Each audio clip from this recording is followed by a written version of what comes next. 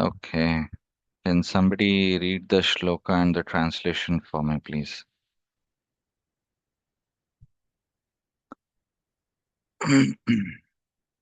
Hare Krishna Prabhuji, shall I read?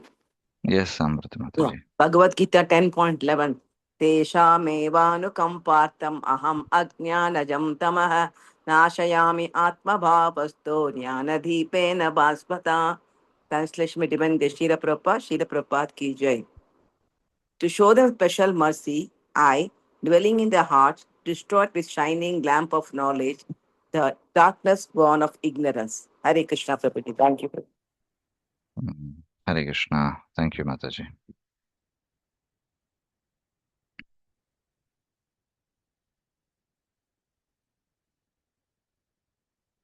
Okay. All right. तेषाम् एवानुकम्पार्थम् अहम् अज्ञानजं तमः नाशयामात्मभावस्तो ज्ञानदीपेन भास्वता. To show them special mercy, I, dwelling in their hearts, destroy with the shining lamp of knowledge the darkness born of ignorance. So, the age of Kali is a very difficult time. We don't need to go very far to see how many terrible things are happening around us. So we just get everything updated, so soon. And nowadays the technology is so advanced, we are getting that information. However, the age of Kali also has the positive sides also. This has been summarized in the first canto of 18th chapter, 7th shloka. So Maharaj Parikshit was realist. I'm just reading the translation.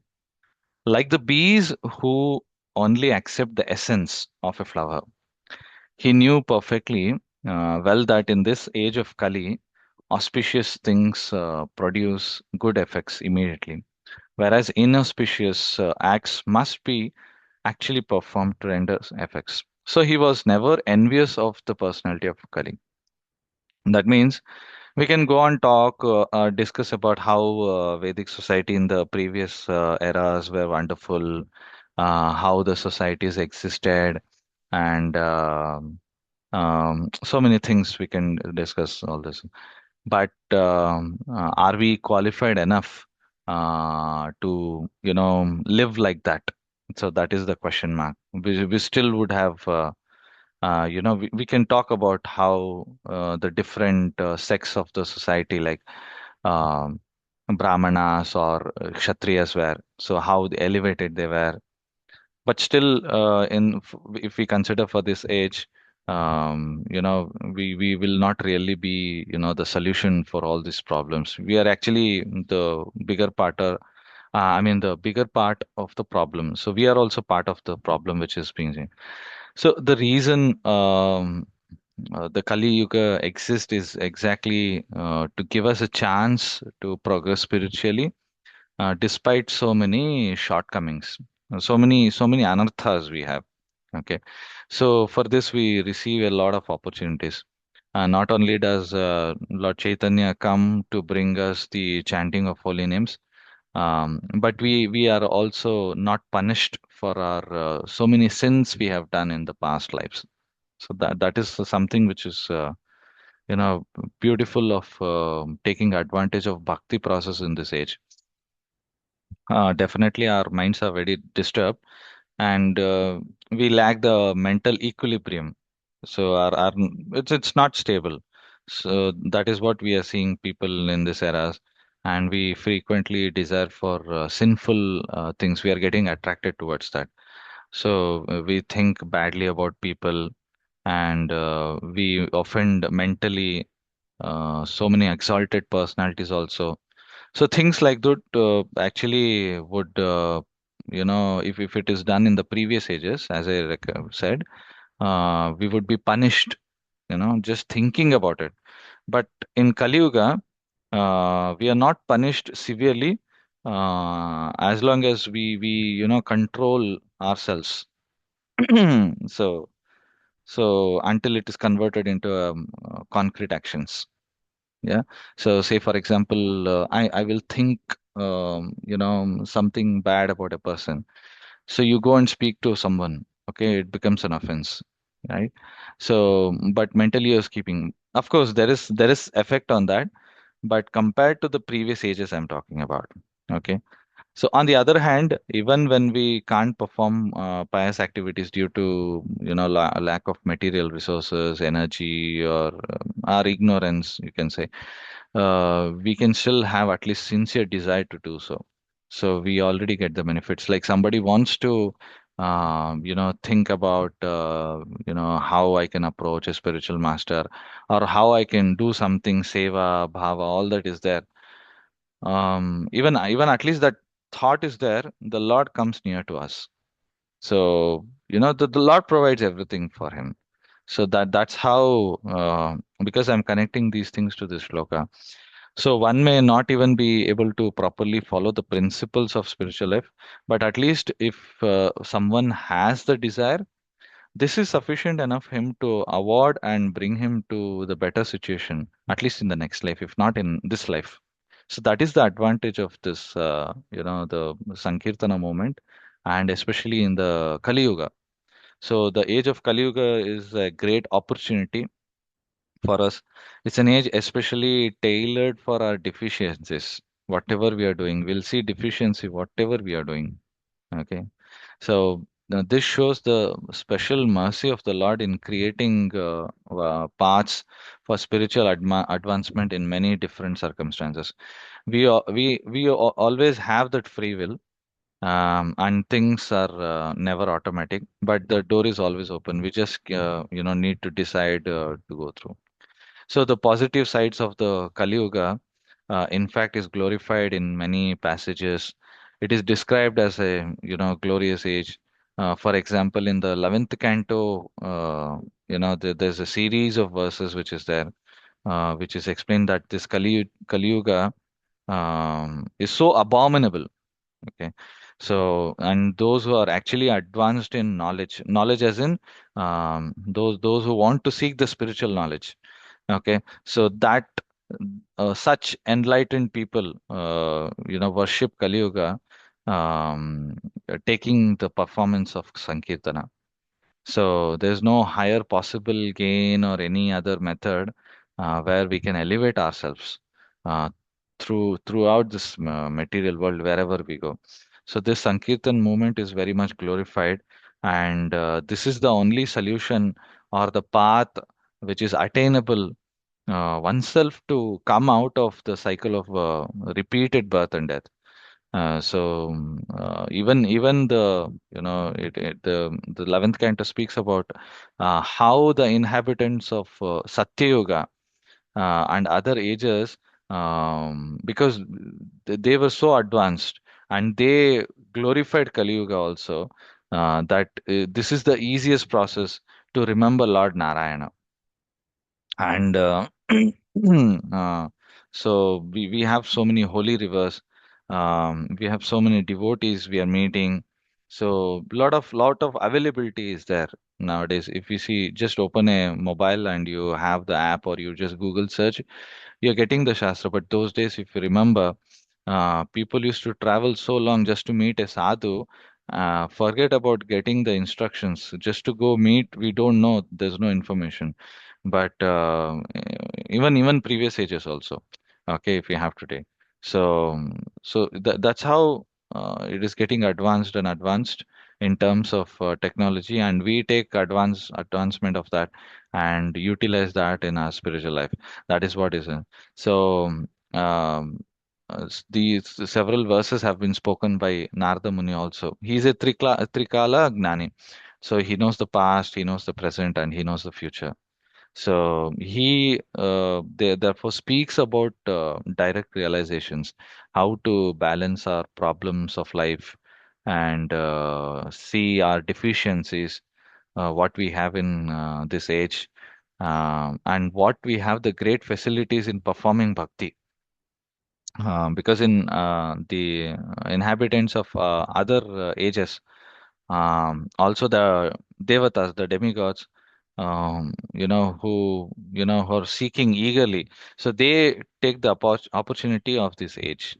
So desire to take birth amongst the, human race, what we are seeing.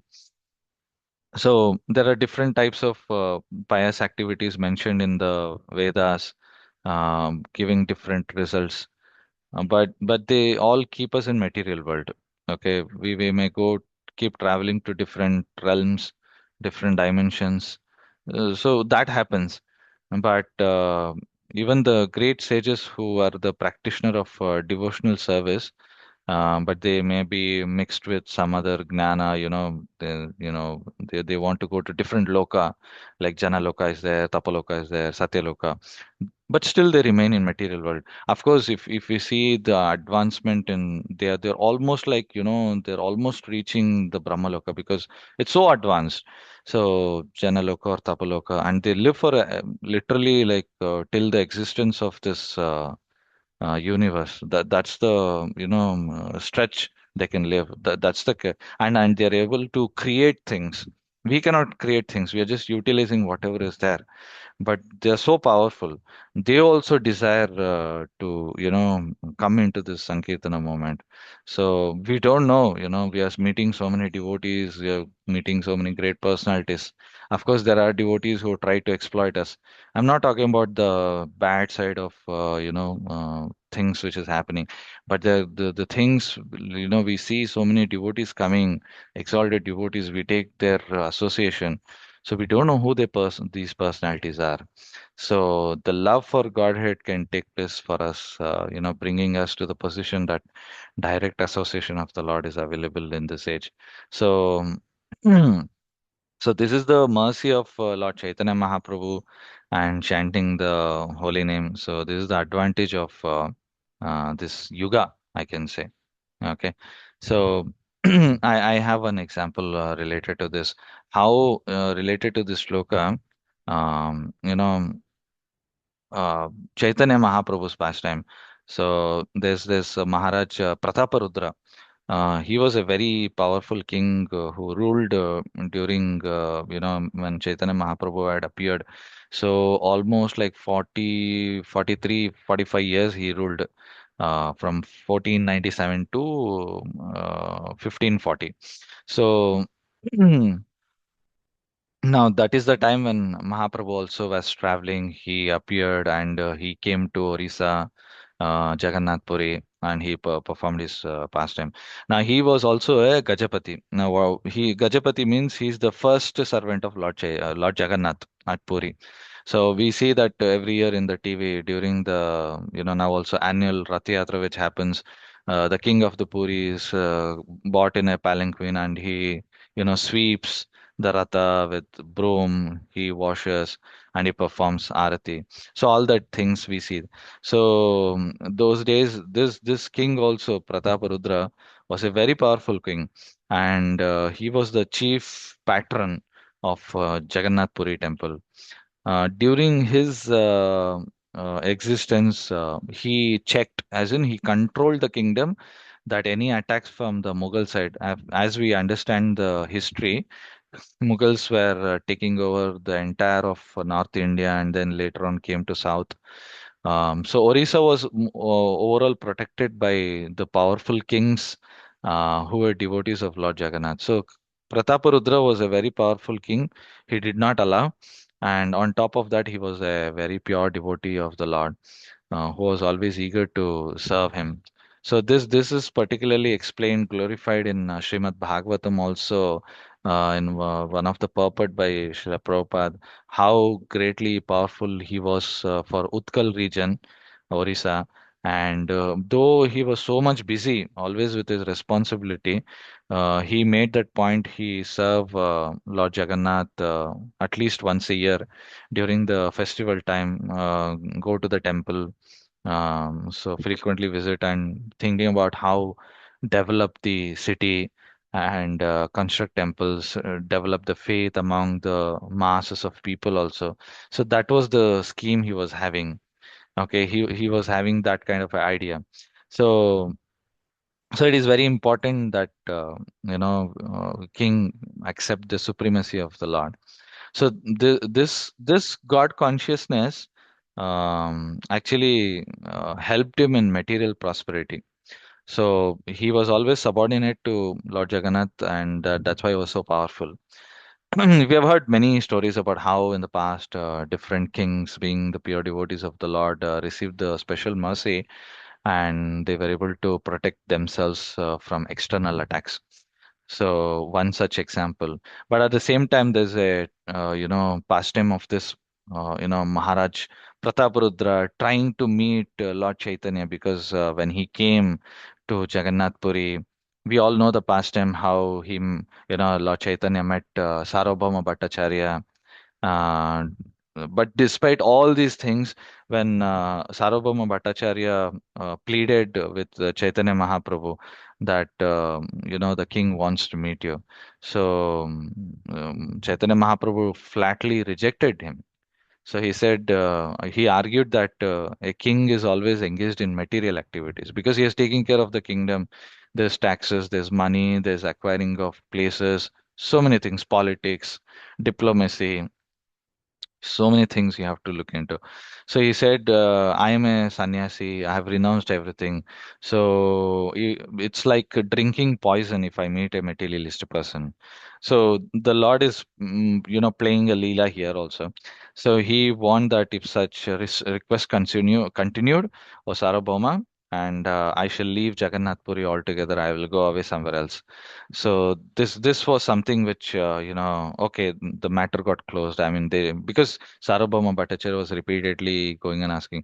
Prataparudra was pleading Sarvabhauma Bhattacharya that he wanted to meet Chaitanya Mahaprabhu. King Prataparudra knew that he is the Supreme Lord who has come here, but still that advancement was rejected by the Lord. So Sarvabhauma Bhattacharya was the advisor, or rather we can say the Rajaguru. Okay, so then this changed when the turning point was when Ramananda Roy, we all know Ramananda Roy. So he returned to Jagannath Puri after getting released from his government service. He came directly to meet Mahaprabhu before even seeing Jagannath. So there was an exchange of talk which was happening. So he explained what had happened. So he met, so Ramananda Rai said that he met Prataparudra, and he wished to retire from the political life and dedicate himself to the service of Chaitanya Mahaprabhu. So, so Prataparudra did not resist anything, but he was very happy that he's serving Mahaprabhu. So he explains that he animates that.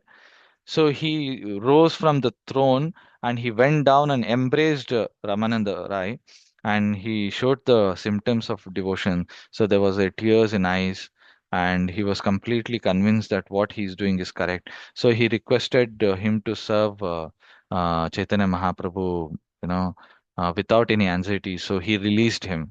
So this way, so there was a lot of conversation. So this was happening. So so Ramananda Roy revealed that how the king was not an ordinary ruler, but at the same time he was admirer. He was actually worshipping Lord Chaitanya. He was always eager to meet him. He wanted to surrender. So this is something which deeply impressed Mahaprabhu. Okay, so he then further described that the king was himself considering fallen and unfit to serve the Lord's audience also. So, I mean, there's a humility, part which comes here.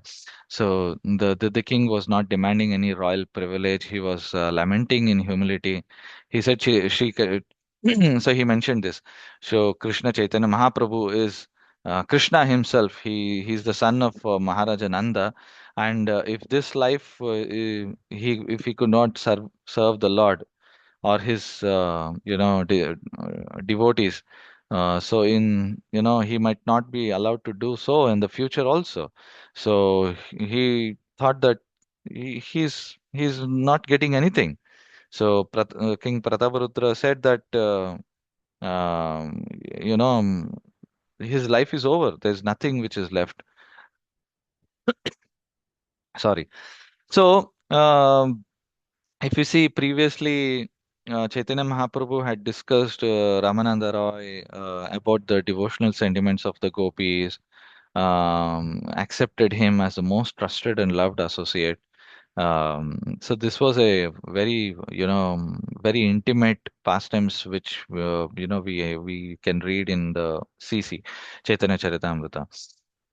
But if we see the changes, if the mood of the pastime changes, where Sarvabhauma Bhattacharya is advocating the king, but when he was rejected, when he suggested, so but there's a change when Ramananda Rai was telling. So the situation changed there. So the completely different. And there was no longer a mere attempt or something of a meeting and explaining him, but Mahaprabhu was hearing from a very highly exalted devotee that the king was sincere, humble, devoted, and dear to him. So the king had actually become dear to Ramananda Rai through his conduct, and therefore his case acquired a different spiritual weightage, and that is the qualification he got. So Mahaprabhu replied, what he convinced, he told Ramananda Rai that you're the foremost of all the devotees of Krishna. Therefore, whoever loves you is certainly a very fortunate person. He then added that because the king has shown so much love for you, Lord Krishna will certainly accept him. Now, this is a special mercy. Now, connected to this shloka. So, how the Lord reveals within the heart of the devotees, and how when we serve the devotees of the Lord, the pure devotees of the Lord, He reveals and He will take us there and He will show that special mercy. That is the point in the shloka. Krishna is talking about. So through this pastime, I'm trying to explain. So of course, Mahaprabhu is Krishna himself. So Lord Krishna will certainly accept him, but still he will test us. Krishna is always testing us in different manner. When day to day we have those realizations, he is giving us the path. He's showing us the path, and he's trying to, so that is what he's removing the darkness which is there, and he's trying to push us. He's trying to come closer to us, and we have to make that effort that okay, I have to correct myself. There's the deficiency. I have to go further and further, refine myself, and move ahead. Let me see. Okay, let me go closer and closer. That is the effort we have to make. So then Mahaprabhu quotes this from Adi Purana, the conversation between Lord Krishna and Arjuna. He says, those who are my devotees are actually not my devotees, but those who are devotees of my servant are actually factual devotees, he says. So, this we have heard in the past also in the classes. So, he mentions this to Ramananda Rai. Okay. The point is one cannot approach Supreme Lord independently of his pure devotees. So he may develop or cultivate spirituality on his own. There are so many things, in the society. We see the people are promoting, they're cultivating their own spiritual, they say they progress, all those things. But entrance to the personal relationship with the Lord comes through only by the mercy of devotees. We are also experiencing that when we meet devotees, when we hear them, so much satisfaction to the heart we get.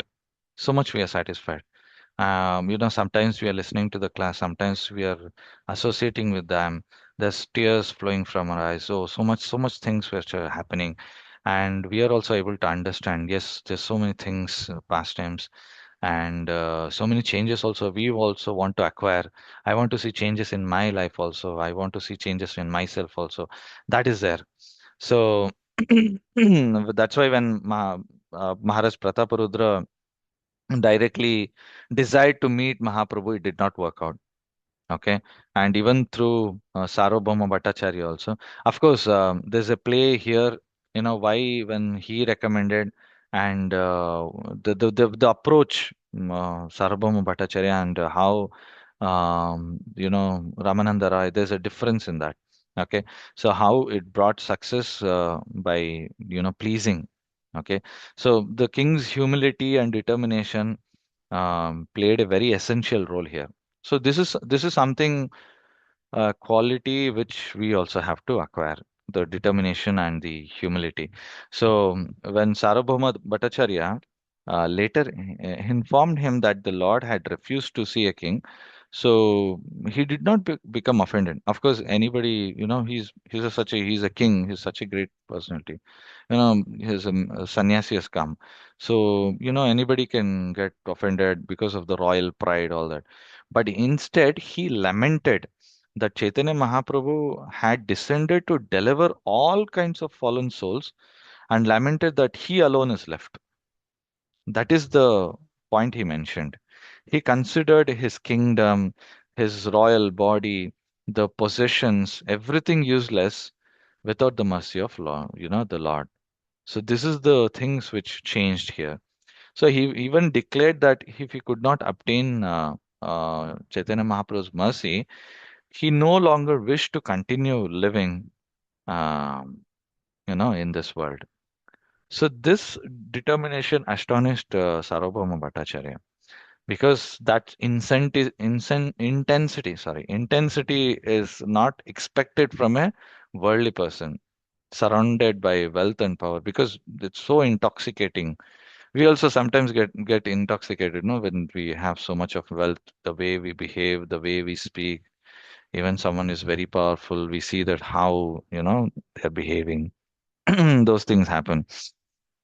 So king has many opportunities for material enjoyment, but this kind of a deep understanding, renunciation or humility, the ecstatic sentiments which is there to serve, that is what actually is worthy, and that culminates into this pastimes as it goes, recognizing it is a genuine thing which he is showing.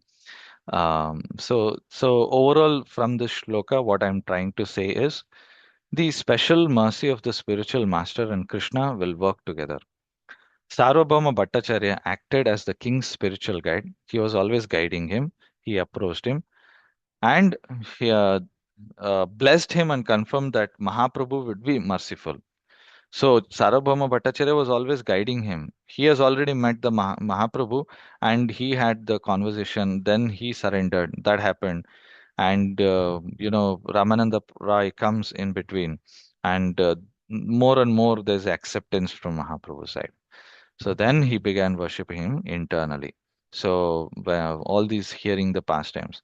So that's his approach was no longer political or ancient. We see today, right? There's a meeting, all these things happening, the government side, or even in the past, any things we have seen. It's all more of political or external or show in front of the public. But this was something for self-seeking. Okay, it had become the approach of a devotee rather than as a king.